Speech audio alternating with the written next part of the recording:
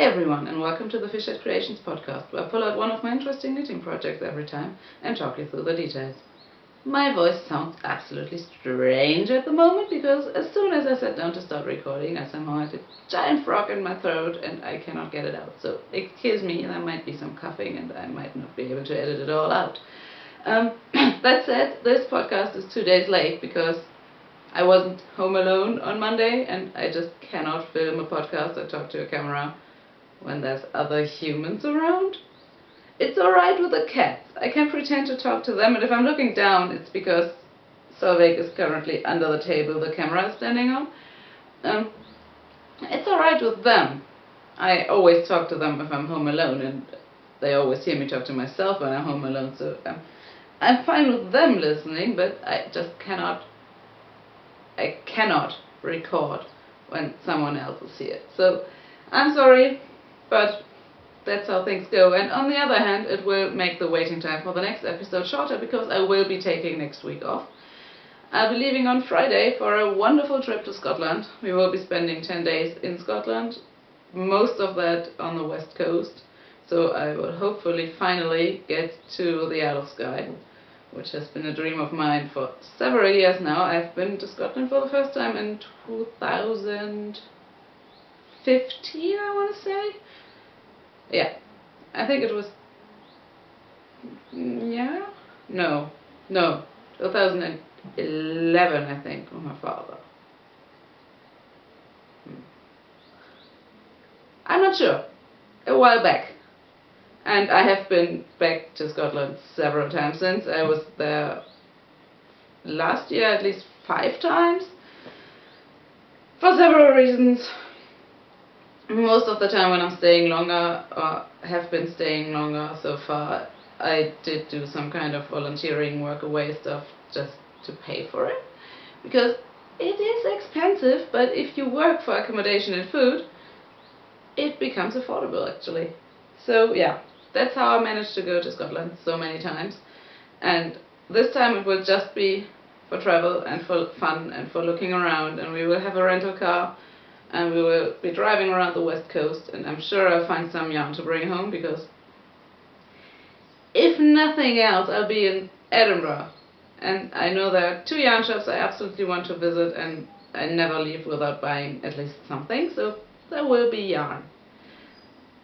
That aside, my travel plans aside, although I'm incredibly excited for them, there is some knitting we have to talk about this episode. And I'm sure I will get some knitting done while in Scotland. I actually want to start my travel project as soon as I'm done recording, because I'll be taking a top-down yoke. I'll knit it top-down so I don't have to bring the contrast color. But I need to get that started and get the color work done so I actually don't have to bring the contrast color. We shall see. We leave Friday evening, so I think it's totally doable. No promises, but I really want to get it done so far that I don't need to bring the contrast color. But that's not today's topic. Today's topic is knit bottom-up. This is Frost Icy Flowers, which is kind of a pattern, kind of not, by Jaroslava Rud. I say kind of a pattern, kind of not, because she only offers the charts, and she offers those for free on Ravelry. And they will be linked on my project page, which I will link in the description box, so if you want to check out those charts yourself, do so. But it is only charts and no actual instructions. Come here. We have a co-host. And, well, we might not have a co-host for long, but I'll try to talk about it without showing too much of it. So it's only charts, and you can put them on whatever you'd like. And as you may have seen as I was holding it up. Alright, so restarting the camera to record another 5-minute segment actually got rid of the issue of the cat on the knitwear, so I can show you what I was talking about. This is quite a deep yoke, as I was saying.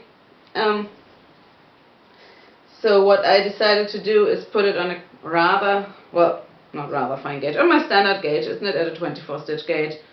on 3mm needles for me. And if I say 24 stitch gauge, that depends on when and where you measure, but that's what I assume I will get when knitting on this needle size. And it fits well. So yeah, it's quite a deep yoke. The color work starts only very shortly after joining body and sleeves, and it also has a separate chart for the hem, which is used on both sleeves and the body, just because I thought it was prettier this way. And there's quite a few rows in both charts where you knit 3 colors per round. Bear that in mind. I think it's stunningly beautiful. I think the other versions of this pattern that have been made, including the designers, are also stunningly beautiful. Most of them are knit in some shades of blue, because frost flowers are the inspiration behind it, and there is something to be said for knitting anything frosty in shades of blue. I just don't wear blue at all. And I was stash diving, and this is what I got. This yarn. And it does work. I really quite like it. It doesn't look like frost flowers to me, but maybe like branches and leaves in autumn. Or rather in winter, after they have been frozen and are thawing in the snow. Something like that. I think that's what I was going for. And yeah, main color is, the black is Sandneshover, which I have tons of, which I got very cheaply because a dear friend brought it from the factory sale. And she got, I think, 28 balls for 20 euros, because it was, you got one big bag and you could stuff it as full as you could of one type of yarn, and she got 28 balls of Tove inside, and it was 20 euros. So I still have 11 of those left after knitting 3 garments from it. Yeah, I think so. So yeah, cheap yarn. Cheap, woolly, nice yarn, and it's black, which I totally appreciate. The brown is Finkhof Merino yarn thin, in a, I think it's the lighter brown of the 2 natural browns they offer, and the grey is the undyed Jelazna 2-ply by Martin's Lab, which is a undyed wool-spun natural yarn from a rare Polish breed, the Jelazna sheep, as far as I know, and I believe that's how they are pronounced. Correct me if I'm wrong. I have very limited knowledge of Polish, which I would like to change, but there are a few other languages I'd like to learn before learning Polish. So, whatever. Those are my 3 yarns. I knit, yeah, the whole thing on 3mm, except for the cuffs, which I did on 2.5 or 2.75, I do not remember, because it's been a while since I knit this. As you can see, I did the color work at the hem, then did some subtle waist shaping, or not so subtle. Well, I don't think it's very intense, but there is some waist shaping just because I think it's more flattering to wear. Then, yeah, basic shaping as you do bottom up. Sleeves are increased from after the color work up to the underarm, and it's completely covered in my hair because apparently I'm shedding like nobody's business. I'm sorry. Can you see the cat? I don't think you can. Can you see the cat now? I hope so. Can you see me still? We'll try it like this. Maybe you can just see my books and nothing else, but maybe you can now see the cat. And maybe you can see my TikTok. We shall try. We shall try it this way. Where was I? So yeah, when I had knit the sleeves and body up to the underarms, which obviously I chose a stitch count somewhere close to 240 stitches in the body and close to 85 to 90 stitches in the sleeves, that in total would give me a stitch count divisible by whatever the chart was. Something around 20, I think, but don't quote me on that, I have no idea. I totally should have looked at the charts again before recording, but I couldn't be bothered. I just wanted to get this done, so please excuse me. And also, I hope you can actually see anything, because it's really quite dark. I have both overhead lights on, but it's dark and grey and rainy outside, and the sun only comes around to the side in the afternoon, which is why I usually record in the afternoon, but now it's 10:30 in the morning and the sun is still on that side of the house. So I hope you can see me at all. But yeah, let's continue. So when I had knit body and sleeves, I measured my row gauge to decide how much I had to knit before starting the chart, which I think was really only a few rounds, because it is a very deep yoke and that's what I like. So yeah, and then I just followed the chart, which included the decreases already. So yeah, that was easy to adapt to as soon as I had my stitch count set.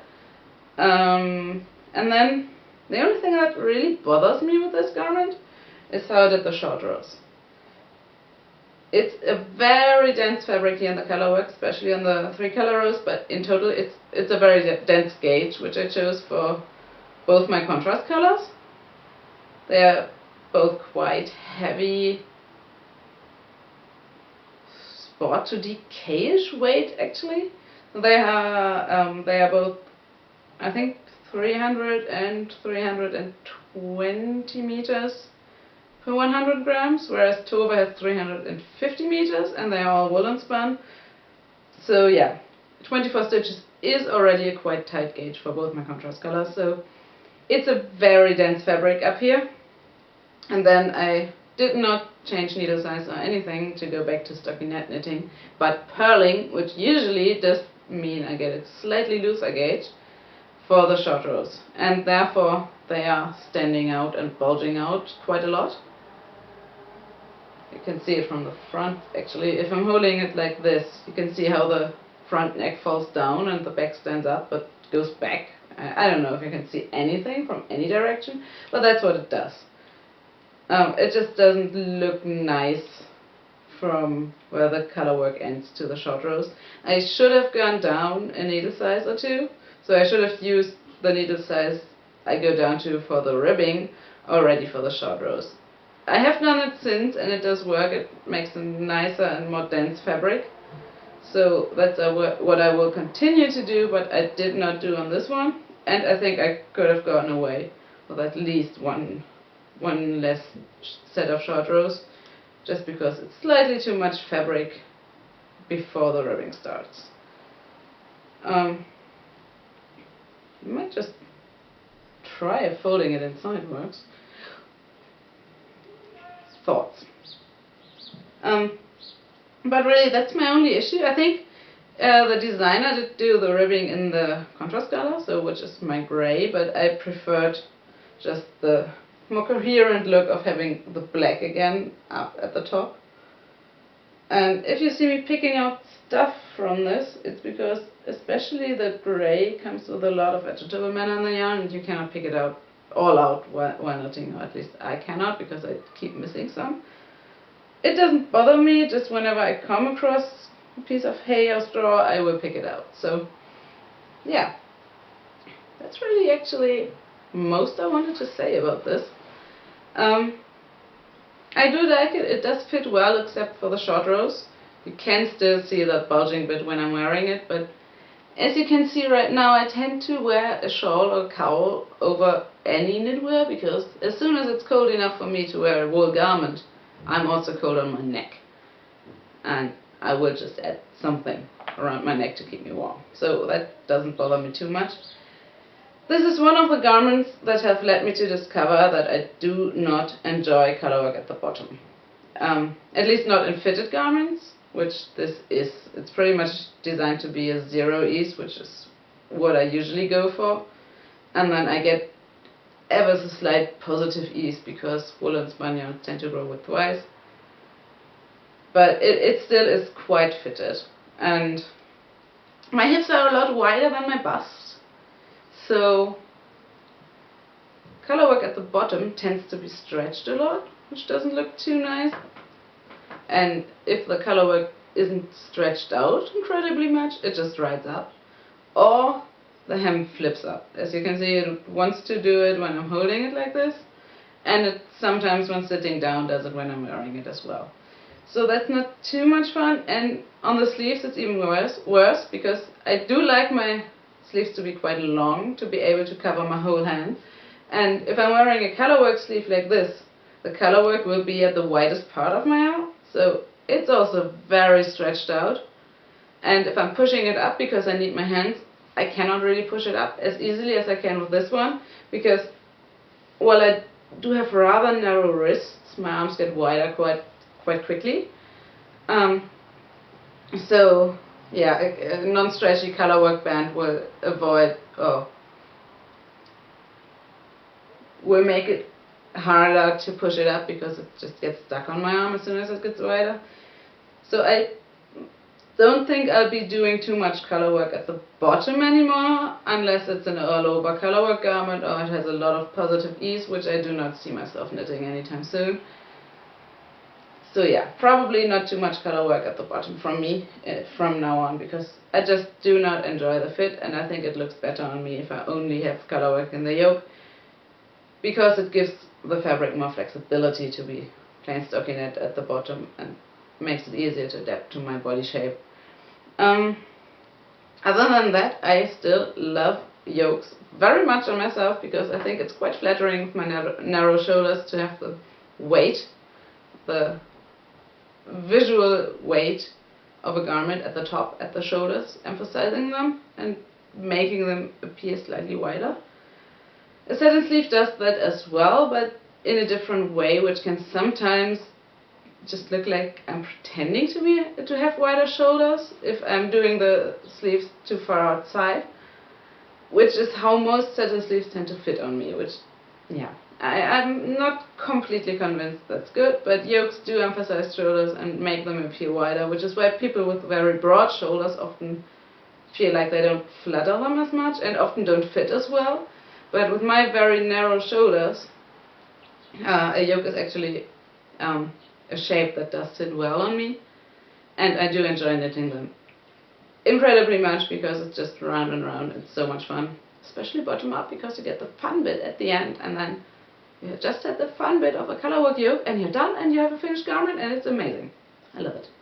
So yeah, that's Frost Icy Flowers, one of my Tove garments, one where I didn't even have to modify as much, because it was supposed to be used on whatever shape and stitch count you wanted, because it's only charts. Which I think is a great idea if you come up with a chart that you would like to share, but without going through the effort of actually writing it up as a pattern. Yaroslava has some other patterns she has written up completely. I haven't seen any of those, but she has incredible designs, and I would love to knit pretty much everything she does. It's all very intricate, all over color work, in shawls and garments and everything, and I love it. I love her style, so check her out. I, as I said, still have to knit any other of her designs, but this one, I think it came out great. Yeah, I think that's all I have to say about this. As I said, I will be taking next week off recording, because I will be in Scotland, so I will see you again in 2 weeks. Until then, you can, as always, find me on Instagram as Caledoniana, and if you ever wondered why that name is, because I'm just terribly in love with Scotland, and I wanted to put it in my name somewhere.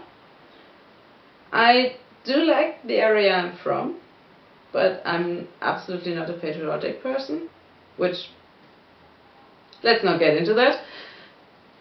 Germans are not very patriotic, usually, and if they do, it never turns out well.